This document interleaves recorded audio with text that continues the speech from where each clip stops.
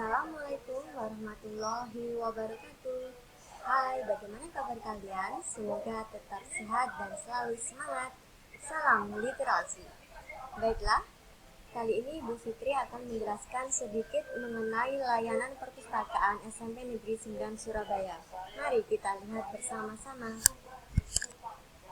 Jadi, perpustakaan SMP Negeri 9 Surabaya sudah memiliki beberapa layanan perpustakaan. Di antaranya, yang pertama yaitu layanan baca di tempat. Di sini, perpustakaan menyediakan 3 jenis layanan baca di tempat. Pertama, yaitu berjenis lesehan. Seperti yang terlihat di gambar,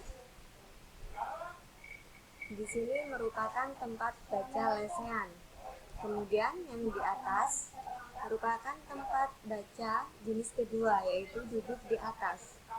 Di sini memungkinkan untuk pembaca atau pengunjung yang tidak bisa duduk di bawah, misalnya seperti pengunjung yang sudah renta atau sudah usia lanjut sehingga tidak bisa duduk di bawah. Jadi disediakan tempat duduk yang ada di atas. Kemudian ini misalnya contoh tempat duduk di atas.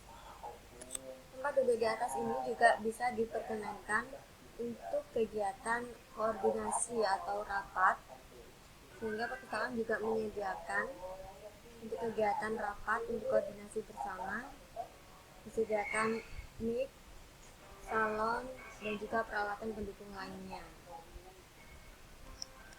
Kemudian dan satu lagi jenis baca di tempat, yaitu ada 6 meja baca di tempat yang 3 berhadapan, saling berhadapan.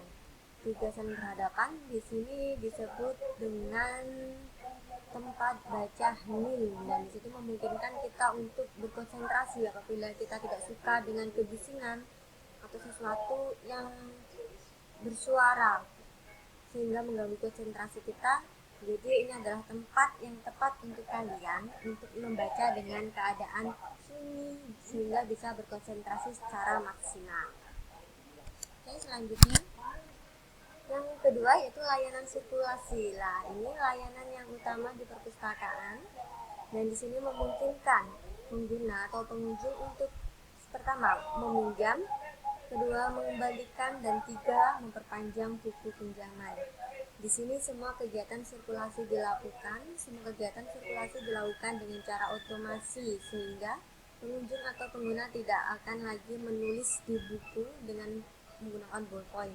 Semua akan terscan oleh alat scan barcode khusus yang disediakan oleh perpustakaan, dan di buku yang akan dipinjam sudah terdapat nomor barcode khusus yang berada di punggung buku setiap buku masing-masing.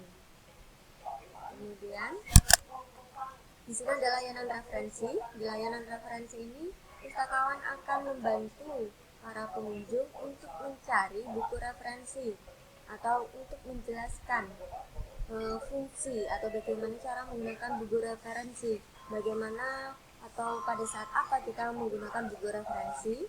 Nah, perpustakaan akan memberikan layanan referensi tersebut. Di bagian referensi ini, perpustakaan menyediakan banyak buku referensi, misalnya seperti ensiklopedia, kamus, buku panduan, buku pegangan, dan lain sebagainya.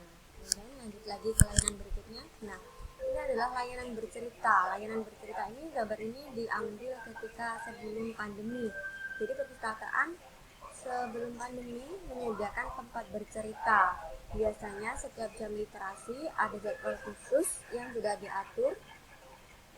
Setiap kelas memiliki jatah beberapa kali begitu dalam 1 bulan untuk kunjung ke perpustakaan untuk melakukan kegiatan literasi yang biasanya dilakukan pada jam sebelum jam pelajaran dimulai. Nah, setelah para siswa melakukan tugas literasi, mereka berkewajiban untuk menceritakan kembali buku yang sudah dibaca. Nah, layanan ini yang diberikan oleh perpustakaan.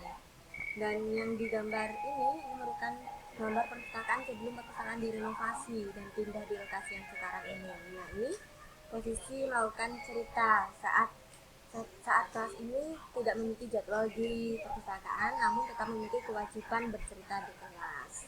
Ini sebelum COVID Dan selama COVID ini semua kegiatan ini dilakukan secara daring, yaitu melalui video. Oke, lanjut lagi.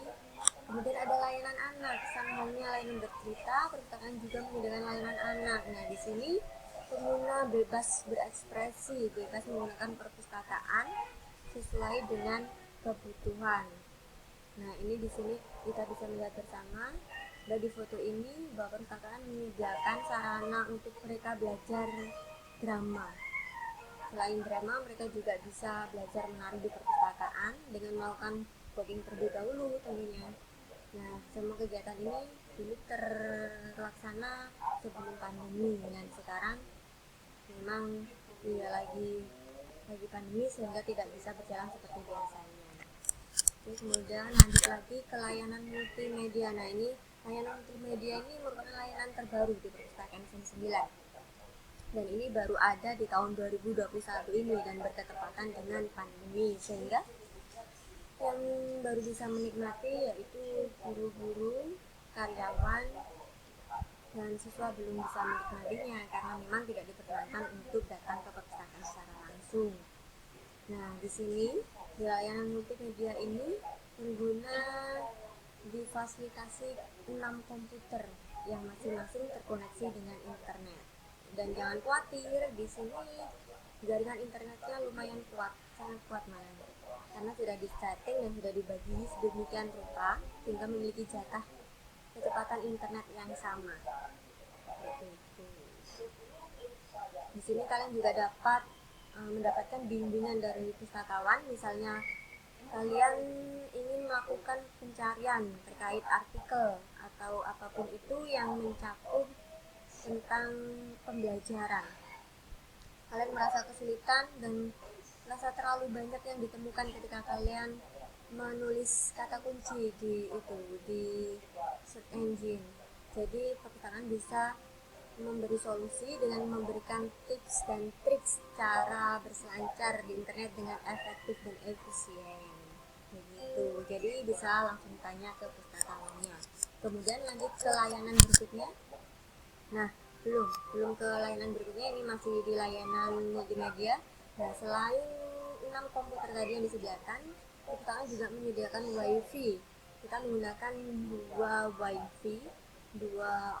sumber wifi yang bisa diakses oleh pengguna langsung melalui handphone atau laptop masing-masing. Ini bisa kita lihat bersama. Di sini guru-guru sedang memanfaatkan wifi perpustakaan.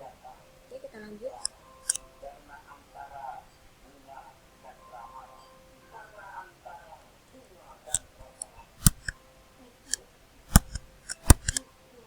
Nah, sekian layanan yang ada di perpustakaan. Semoga bermanfaat buat kalian dan bisa membantu kalian untuk mengenal perpustakaan SMP Negeri 9 secara lebih dekat. Terima kasih. Wassalamualaikum warahmatullahi wabarakatuh. Salam literasi.